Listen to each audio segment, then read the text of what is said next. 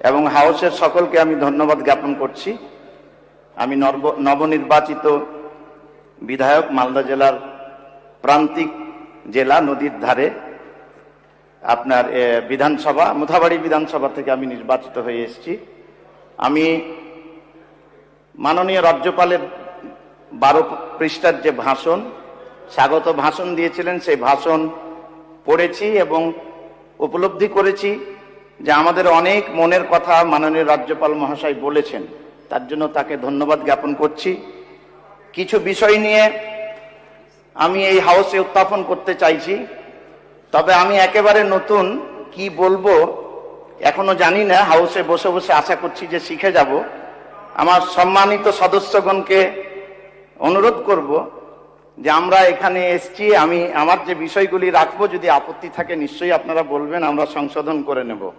আমি যে অনুচ্ছেদগুলো বা দাগগুলো পড়েছি মাননীয় রাজ্যপালের স্বাগত ভাষণে, তাতে 4 নম্বর দাগে এই নতুন সরকার দেশের অখণ্ডতা, সমৃদ্ধি ও জাতীয় নিরাপত্তা রক্ষার প্রতি নিশ্চিত রূপে অঙ্গীকারবদ্ধ থেকে রাজ্যের সর্বাঙ্গীন উন্নতি সাধনে সচেষ্ট হবে এবং জাতি, ধর্ম, বর্ণ নির্বিশেষে সকল মানুষের কল্যাণ সাধনে ব্রতী হবে। এই বিষয়টির উপরে উল্লেখ করে আমি কয়েকটি কথা উল্লেখ করতে চাই।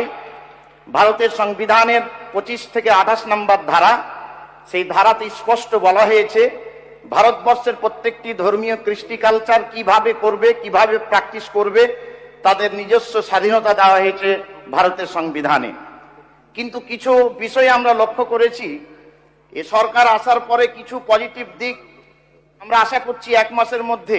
যেমন বিরোধী দলের প্রত্যেকটি এমএলএ কে ডেকে প্রশাসনিক মিটিংয়ে তাদেরকে বলবার অধিকার দিয়েছেন, এলাকার সুবিধা অসুবিধা তুলে ধরবার অধিকার দিয়েছেন, তার জন্য ধন্যবাদ জ্ঞাপন করছি।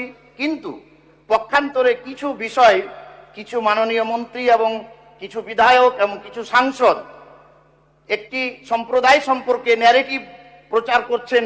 আমি মনে করছি সেটা দৃষ্টি আকর্ষণ করা প্রয়োজন বোধ করছি। আমি ভারতের সংবিধানের 25 নম্বর ধারাতে যেমন অধিকার দেওয়া হয়েছে, আমি মাদ্রাসা সম্পর্কে বলি যে বলছেন যে মাদ্রাসায় কি হয়, মাদ্রাসা বন্ধ করে দেওয়া উচিত। এ বিষয়ে মাননীয় স্পিকার আপনার মাধ্যমে জানাতে চাই, মাদ্রাসাতে যে পঠন পাঠন দেওয়া হয়, মাদ্রাসা আরবি শব্দ, এর বাংলা হচ্ছে পাঠাগার বা বিদ্যালয়। এই বিদ্যালয়গুলিতে যেমন বাংলা, ইংরেজি, কম্পিউটার সব পড়ানো হয়, সায়েন্স পড়ানো হয়, অনুরূপ একটি ধর্মীয় শাস্ত্র পড়ানো হয়। আর এই মাদ্রাসা থেকেই উঠে এসেছিলেন মাওলানা আবুল কালাম আজাদ, তিনি ভারতের প্রথম শিক্ষামন্ত্রী ছিলেন। আর এই মাদ্রাসা দারুল উলুম দেওবান, যেটা 1866 সালে প্রতিষ্ঠিত হয়েছিল, সেখান থেকে ইংরেজদেরকে তাড়াবার জন্য আন্দোলন হয়েছিল এবং Shaikhul Hind Maulana Mahmudul Hasan silk letter movement, রেশমি রুমাল আন্দোলন করেছিলেন, তিনি এই মাদ্রাসা থেকেই পড়েছিলেন। পরবর্তীতে হোসেন আহমদ মাদানি 3 বছর 6 মাস যে জেল খেটেছিলেন, তারা এই মাদ্রাসা থেকেই পড়েছিলেন। তাই মাদ্রাসা সম্পর্কে যে একটা ন্যারেটিভ ছড়ানো হচ্ছে, মাদ্রাসাতে ভারতবর্ষের সুনাগরিক তৈরি করা হয় এবং মাদ্রাসাতে যারা পড়াশোনা করেন তারা দেশপ্রেমিক হন, তার প্রমাণ হচ্ছে যারা মাদ্রাসায় পড়েছেন। প্রায় 53,000 মাওলানা এ দেশ স্বাধীন করতে গিয়ে রক্ত দিয়েছেন। আমি অনুরোধ করব মাননীয় speaker, Discovery of India, Pandit Jawaharlal নেহরুর লেখা বই পড়ে নিতে অনুরোধ করব। নেতাজি সুভাষচন্দ্র বসু ইন্ডিয়া সার্গাল বই লিখেছেন, সেই বইটি পড়ে নিতে অনুরোধ করব। ডব্লিউ হান্টারের লেখা দ্য ইন্ডিয়ান মুসলমানস, এই বইটি পড়ে নিতে অনুরোধ করব যে মাদ্রাসার কি অবদান আছে ভারতবর্ষের মাটিতে। দারুল উলুম দেওবান এবং জমিয়তে উলামায়ে হিন্দের প্রেক্ষাপটে ভারতবর্ষের স্বাধীনতা আন্দোলনে মাদ্রাসা থেকে ঝড় তুলে ইংরেজদেরকে আমরা 7 সমুদ্র 13 নদী পার করেছিলাম। মাননীয় স্পিকার, আমি রাজ্যপালের স্বাগত ভাষণের উপরে বলতে চাই। যেমন রাজ্যপালের স্বাগত ভাষণের উপরে আমি আরো কয়েকটি কথা বলতে চাই। তিনি ভাঙন সম্পর্কে, ভূমিক্ষয় সম্পর্কে বলেছেন, তবে মালদা এবং মুর্শিদাবাদ এবং নদিয়া জেলার কথা যদি ভাষণে থাকতো আমার খুবই ভালো লাগতো। মাননীয় স্পিকার, তিনি নারী সুরক্ষার কথা বলেছেন, তার জন্য আমরা গর্বিত। এবং এই সরকার অন্নপূর্ণা যোজনার মাধ্যমে নারীদেরকে সশোষিত এবং সম্মানিত করেছে, ধন্যবাদ জ্ঞাপন করছি। পূর্বের সরকারও করেছিলেন এবং এই সরকার করেছেন। তৎসঙ্গে নারীদের জন্য যে ফ্রি বাসের ব্যবস্থা করেছেন, আমি এখানে অনুরোধ করব, আমার মনে হয় যে যারা মানে চাকরিরতা এবং উচ্চ বেতনভুক্ত সে সমস্তকে ফ্রি না করে যারা ফ্রি পাওয়ার যোগ্য তাদের জন্য ফ্রি করলে আমার মনে হয় ভালো হয়। মাননীয় স্পিকার, মাননীয় স্পিকার, আমি বর্ডার নিয়ে মাননীয় রাজ্যপাল যে ভাষণ দিয়েছেন, আপনার সময় শেষ হবে, 1 মিনিট। বর্ডার নিয়ে মাননীয় স্পিকার যে ভাষণ দিয়েছেন স্বাগত জানাচ্ছি।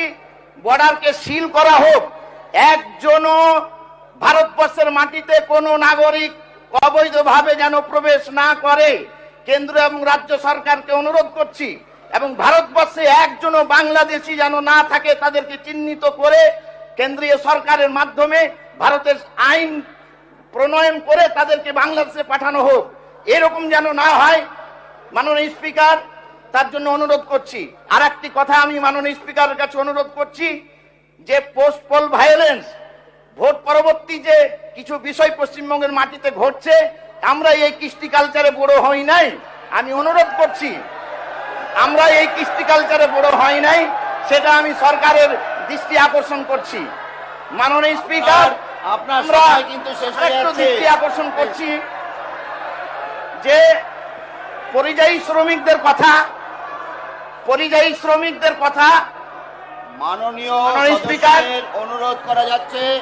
হ্যাঁ, রাজ্যপালের পরিযায়ী শ্রমিকদের ভাষণের কথা ওপরে যখন বলা আলোচনা হয়েছে, বাইরের বিষয় কিন্তু যতটা না মাননীয় বলা রাজ্যপালের ভালো। ভাষণে যে বাঙালিরা ভারতবর্ষের বিভিন্ন জায়গায় যারা কাজ করেন, নির্যাতিত নিপীড়িত হয়েছেন বাংলা বলবার জন্য, বাংলা ভাষা বলার জন্য, তাদেরকে বাংলাদেশি চিহ্নিত করে তাদের উপরে যে নির্যাতন করা হয়েছে, এই বিষয়গুলি দৃষ্টি আকর্ষণ করছি।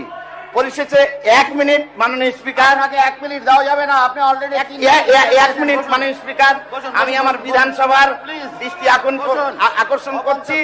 আমার মুথাবাড়িতে বেশি সময় পানীয় জলের সংকট আছে, যেখানে প্রত্যেক দিন 166.5 মিলিয়ন লিটার পানি পরিশোধিত দরকার, সেখানে অনলি 75 লিটার পানীয় জল পরিশোধিত হচ্ছে।